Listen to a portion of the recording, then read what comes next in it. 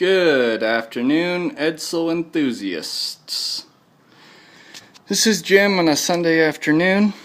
We've been working on the gas tank for several hours at this point. So let's go over kind of what the afternoon has looked like so far. Here it is about 4:30 p.m. I have the car open, as you can tell, airing it out, letting it get a little bit of the UV rays and whatnot. But here we go underneath. It looks pretty good under here. Got everything disconnected and got the fuel tank removed. All in all, it was an easy task. Really, the bolts were extraordinarily easy to remove compared to the 58. The 58 took Dad and I all day, basically, in a nutshell. He had to vice grip the bolt, and then I had to remove it. So the cable to the fuel sending unit looks good. It's in good shape. We're going to go ahead and get that checked out later. And then let me show you a couple things about the fuel sending unit, being we have that conversation started already. So here's the full fuel sending unit. What's left of it anyway. As you can see, the float had some external issues, we'll say. There was actually some kind of glue substance on the float when I got it off, but that flaked right off. So at some point this had been repaired, and I guess that repair has come and gone. This was sealed with some kind of two-part epoxy, which was a little bit abnormal to me. I think that it always should be sealed with either a rubber gasket or maybe cork gasket, but I would go with rubber, definitely. Cork's going to disintegrate with the fuel. And as you can see, some of that rubber gasket is already left, is still left on the sending unit cover. So they had also created a direct ground for this unit, which was unique, to say the least. I don't know that it didn't leak, but my guess would be that it did leak. But regardless, part of this conversation today is going to be about what I did find with the gas tank once we got it taken apart. So I had a little episode of experience, let's say, and what I've gone ahead and done earlier today is I took 25 of the yard rocks.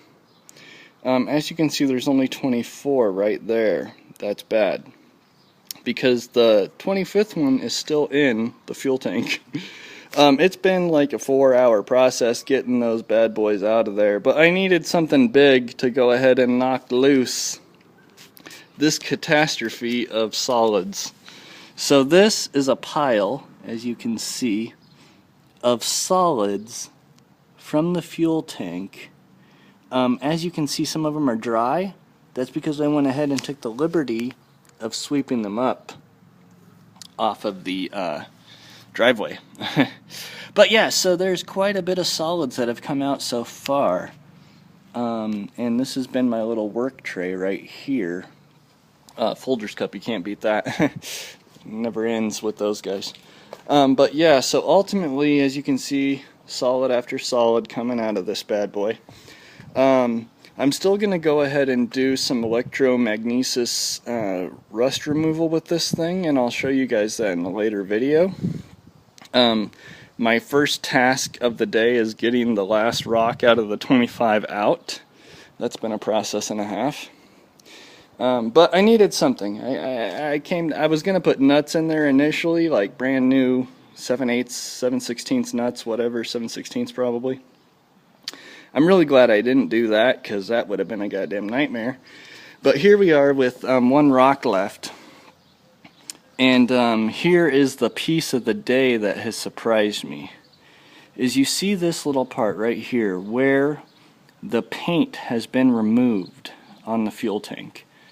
Now, until I put 2 gallons of fuel in here to help kind of break out that solid and pour it back out of the neck, I didn't recognize that that was actually a hole in the tank.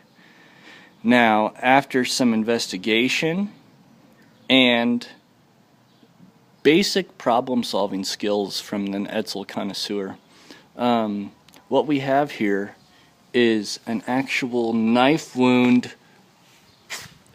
People don't like cops. And my theory is, and always will be, that this fuel tank was intentionally punctured with a knife. Dun dun dun dun. And it still has a puncture wound, actually, if you can't believe that. But to get serious with you, the 59 Edsel, former squad car, does have a puncture wound in the gas tank, approximately where it would be very accessible to somebody who wanted to puncture the gas tank intentionally. Coincidence? I think not. But essentially, my hope is I can get that repaired and seized up, filled up, things like that, and get this bad boy up and running after some electromagnesis. But yeah, it has been a full day of messing around with the fuel tank. In a prior video, the initial start of the 59 after 24 years of sitting, there was some conversation about using fuel from a Mountain Dew bottle. Well, this would be why we did that. To prevent, aka dirt, rust, grime, and whatever else is in our grandmother's chicken from going into the fuel filter. The fuel filter I did take off. It's an aftermarket filter, in addition to the glass filter, and this is it right here. I'll be replacing this, as whoever put it on did not put it on securely, and it basically slid right off in my hand. I'll probably put this further up on the frame, as it was right out of the fuel tank, but yeah, I think that's a pretty good start to the day and finish to the day. If I can just get this last rock out and start the electromagnesis process of getting that rust from the inside of the tank. Well, there we have it. Another day of Edseling down the drain. Thanks for watching, folks.